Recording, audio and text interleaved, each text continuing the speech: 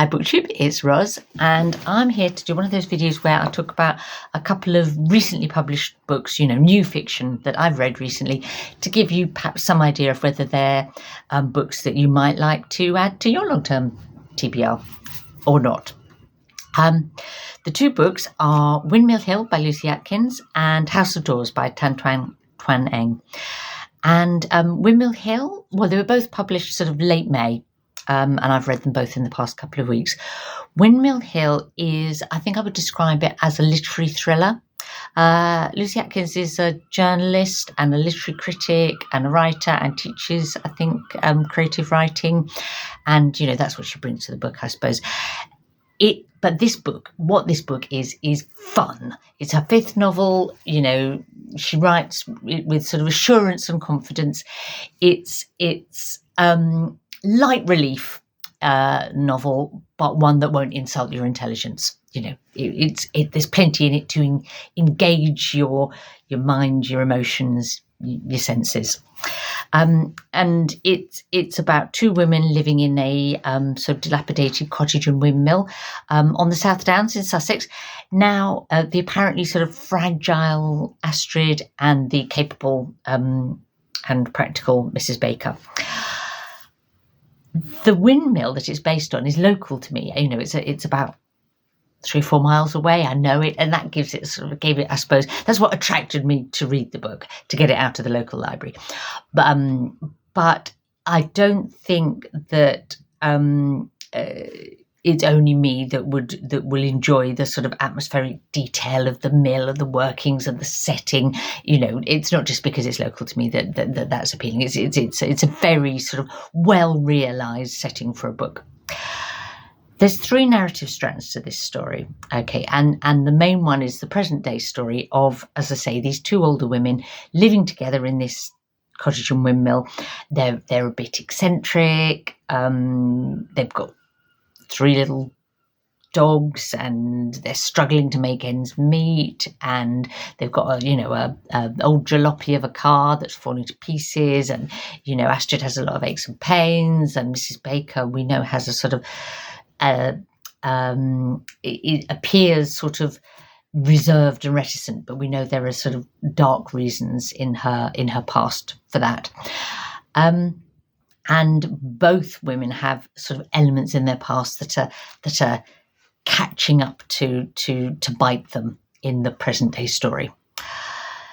The second thread in the narrative is Astrid's past life and the time when she was a really renowned Shakespearean actress, with a great career ahead of her, and then a scandal happened that ruined her career. So that's sort of thread number 2. That's sort of back in the 1970s, I think. And then there's a framing story of an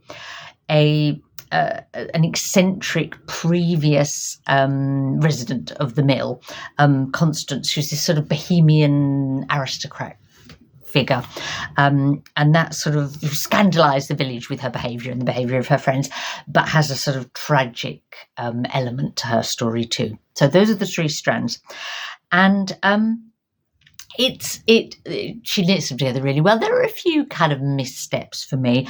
I think there's too much repetition of this thing, the awful incident that can't be talked about, to sort of build up, a degree of, thriller-like tension. It was perhaps slightly exaggerated, but really very satisfactory book. She pulls the 3 strands together in a deeply satisfying way. It's a kind of gently feminist romp, I suppose, and it's really imbued with kind of the English countryside and a kind of English quirkiness. And I really enjoyed the touching portrait of kind of female friendship and loyalty. It's a story with a good heart, without being sort of sickly in a feel-good kind of way. On to book number 2. Oh, now I just want to say it's really windy here today, so if you're hearing any strange sort of rattly or bangy noises, it's the wind outside my windows, but I hope that it's not too loud. I've closed the windows, it should be all right. So book number 2 is The House of Doors by the Malaysian author Tan Twan Eng. Here it is. I've still got my library copy of this. This again published late May, written in English. Tan writes in English, and like Windmill Hill, it has 3 narrative strands, one in 1910, one in 1921, that's kind of like the present day of the story, and one in 1947, that's like the framing story. And again, it has a kind of like a crime and a scandal at the centre of the plot, but this is an altogether more serious undertaking, this novel. And if I would say I actually found it equally easy to read, but really that's a testimony to Tan's very sort of poised writing style that's quite sort of elegant and smooth and yeah, just flows really, really readily. But this is quite a complex book. Let me explain. So, 3 narrative strands, as I say. You've got the 1921 is kind of like the present day in the book, and William Somerset Maugham, the author, is coming to visit his old friend Robert, a barrister, in Penang in Malaysia, and we get a sort of first-person version of the period of that visit through Leslie, Robert's wife, and we get a third-person version that's from the perspective of Maugham, but with a narrator, rather than first person, if that makes sense. And the second narrative thread is Leslie looking back to 1910 and her friend's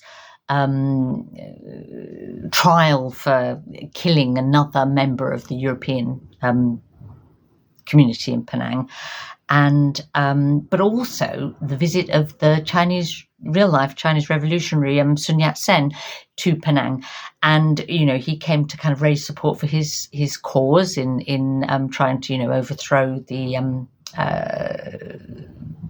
monarchy in China. So that's sort of thread number 2. And then thread number 3 is the 1947 framing device, which is Leslie looking back at the events of the other 2 sort of parts of the story, from in sort of older age and having moved to South Africa. Or Zimbabwe? No, South Africa, I think. The word for this novel is multi-layered. I think that's the best way to see it. It has really subtle characterization.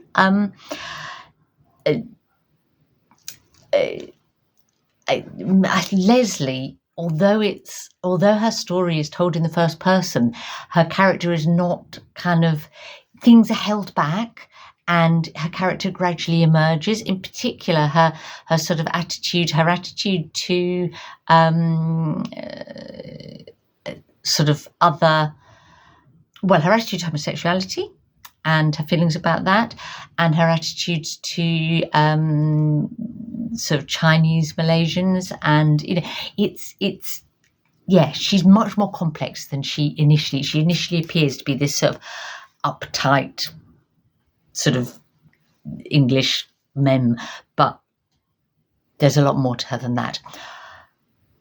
Somerset Maugham's sort of third person narrative, the characterization is fascinating because there's the kind of also ventriloquism in it, in that the way that Tan writes and the language he uses kind of conveys Maugham's attitudes and his sort of the way he's thinking and feeling, and his uptightness and his anxiety. It's all there, although it's not first person.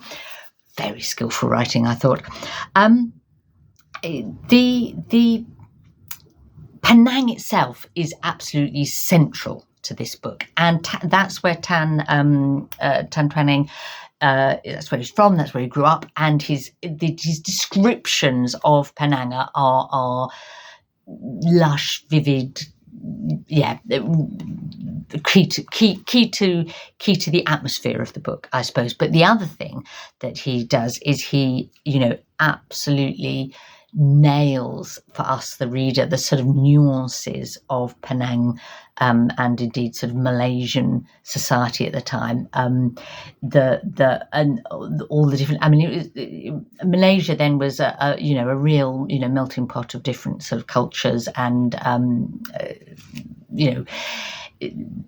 there was your sort of European colonialists, but some of them were born and grew up there, and perhaps like Leslie, the main character, she's never been to England.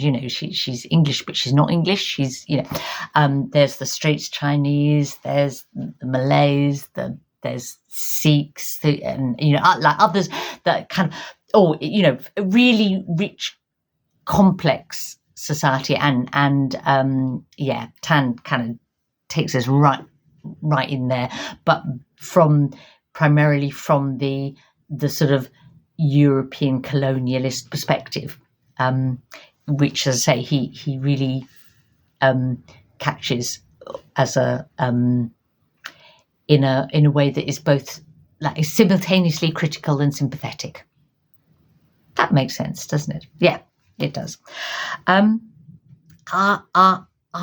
What is this book about? It's about love, it's about friendship, it's about loyalty and infidelity, it's about betrayal and secrets and revelations. It's all of that. But it's also about class and politics and race and colonialism and sort of and patriarchy. Yeah.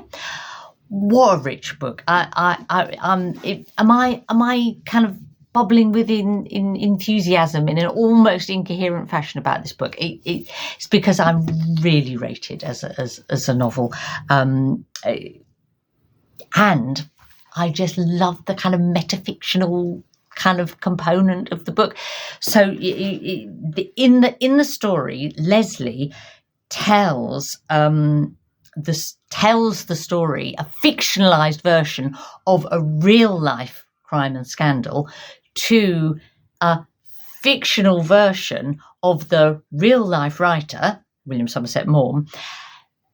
The real life writer, Somerset Maugham, wrote a short story that actually exists, that is inspired by the real version of the crime that we get a fictionalized version of. Yeah. There's, as I say, there's. And then Leslie, in the framing story, is reading a copy of The Casuarina Tree, which is the actual book that you and I can read, that Maugham wrote with the short story in it. It's the last one in the book, the letter that is based on the crime that she. Yeah. You get the picture, don't you? And real author William Somerset Maugham, what he did was he would visit people and travel, and he travelled around the what would then have been called the Far East, picking up stories and talking to people and finding out people's secrets, and then used those to write his fiction, his short stories. There's a lot of thinly veiled versions of people. So it all. Yeah, it all binds together in this amazing knot. And having finished the novel, I just had to go and get hold of a copy of The Casuarina Tree and read the short story, The Letter, that was the inspiration, of course, for Tan Twan Eng to write this novel. And I found myself thinking, didn't Maugham do a good job of kind of rewriting what Leslie had done? And then I thought, no, that's the novel. You can see what fun that is, but as that sort of fun element is just one of the layers of what is a kind of really beautiful, serious, and yet highly readable piece of historical fiction. So there we go. And tell me if you've already read either of them, or if you fancy reading either of them. Both happy recommendations from me.